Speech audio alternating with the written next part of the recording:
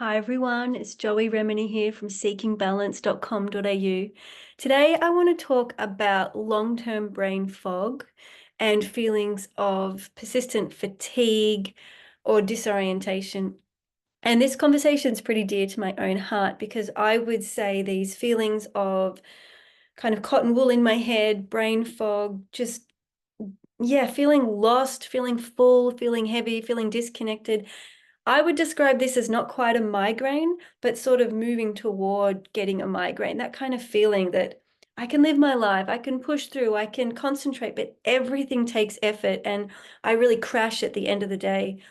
And I would say for a lot of my life, I had this brain fog, disoriented, heavy, full feeling, waving in and out of my days.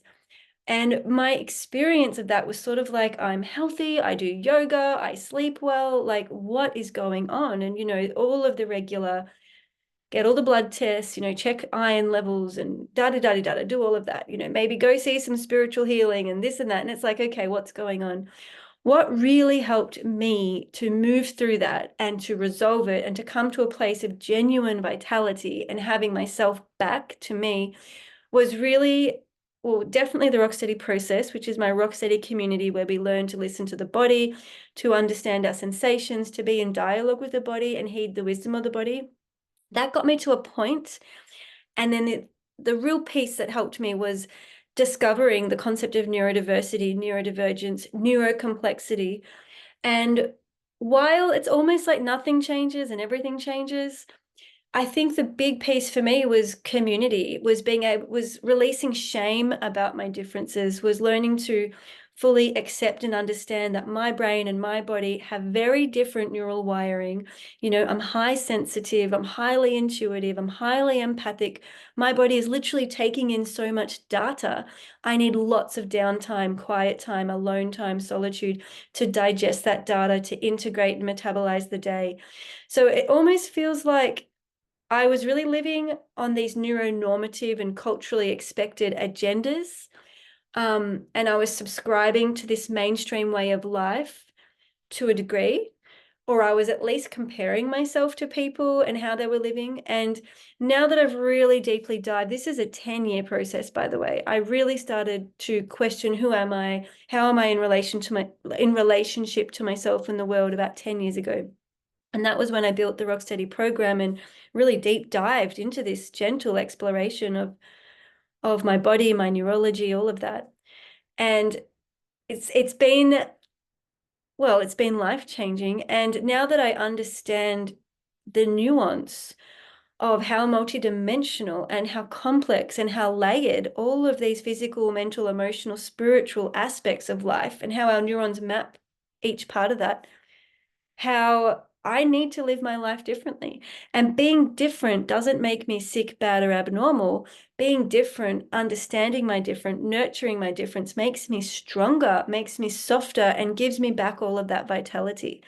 So I really want to talk about brain fog, feeling disoriented, feeling lost, feeling heavy, how I visually see this in my mind's eye as neurological traffic jams, that when I am exposed to lots of people, lots of stories, lots of ideas, lots of emotions, and then I'm in life with lots of mental constructs, expectations, assumptions, agendas. I have all of this data coming in, and my body is trying really hard to organize it all, to process it all, to make sense of it all. And when I am really busy, breakfast, lunch, and dinner, and when I'm doing life, and particularly, looking back to when I was employed externally with universities or hospitals or whatnot, I didn't have as much autonomy. I couldn't really take control over my daily rhythm. And that was just really, really taxing on my body. It didn't suit my neurotype. Now that I'm self-employed and I have a lot more freedom and sovereignty, autonomy, I can really listen to my body. I can slow down and I can get those needs met. I want to say talking about it and having community makes all the difference. In our Rocksteady community, we're now talking about neurodivergence and neurocomplexity. And it's absolutely incredible how many people are like, yeah, me too, me too. And we're all sharing our sensitivities. We're sharing our the different context of our lives and how complexity shows up and how we're navigating this, how we're slowing down, how we're pausing to feel through the body, to allow the data to make sense. And with time, what do you know? We become stronger. We stop gaslighting ourselves. We stop dismissing ourselves. We start to really take what we sense and feel seriously. And we can all fall into this trap of feeling like, oh, I'm tired again, I'm brain fog again, I'm confused again, I'm heavy, I'm lost and disoriented, and we can shame ourselves and think that we're wrong. When I think it's what the neurodiversity lens does is it allows us to say, hang on a minute, what if my body is perfectly right? What if my body is giving me all of these sensory signals? What if the brain fog is teaching me that the way I'm in relationship with the outer world and the way I'm in relationship to my inner world is not working for me? What if I need to change my relationship to the world within and without? And as we begin to fine-tune these questions and gently explore, what am I learning about myself? How can I better support myself? Understanding our emotional fluidity, understanding our nervous system regulation, understanding the complexity of our thoughts and our vivid imagination, our creativity. You know, one of the most game-changing medicinal choices I ever made was really investing in my creativity and my output, like actually letting some of my inner world flow out, whether that be in poetry or music or podcasts and YouTubes, writing my new book, Invisible Medicine, talking about how we digest the unseen through the physical body. You know, being creative and having that output was literally lightening the load of my body. So, brain fog, heaviness, disorientation, feeling lost, feeling confused. I believe these are all signs that we are full of data, the invisible data that we're swimming in, culturally, environmentally, politically, all of it. All of the unseen relational dot points of life are neurologically floating through our body and being mapped through our neural synapses. We need to find ways to physically metabolize and empty ourselves of that unseen data, the invisible data. Once we learn how to feel through it and release it, which is what we talk about in the Rocksteady program, and I'll be talking about that in my new book and my new community I'm building. Once we learn how to metabolize and release that invisible data, it actually becomes our medicine, and we learn how to stand more firmly in our center, how to understand our edges, how to understand how we support ourselves and navigate ourselves in the world without merging into other people, without losing ourselves in other people, without codependency, without people pleasing and fawning.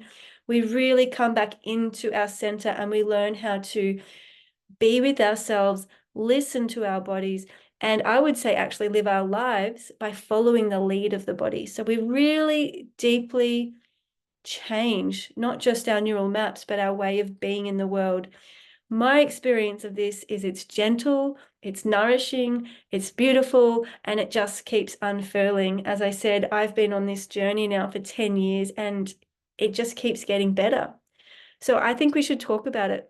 If you want to join my community and join these conversations, perhaps you're curious about the neurodiversity paradigm, perhaps you're wondering, am I neurocomplex? What does that mean?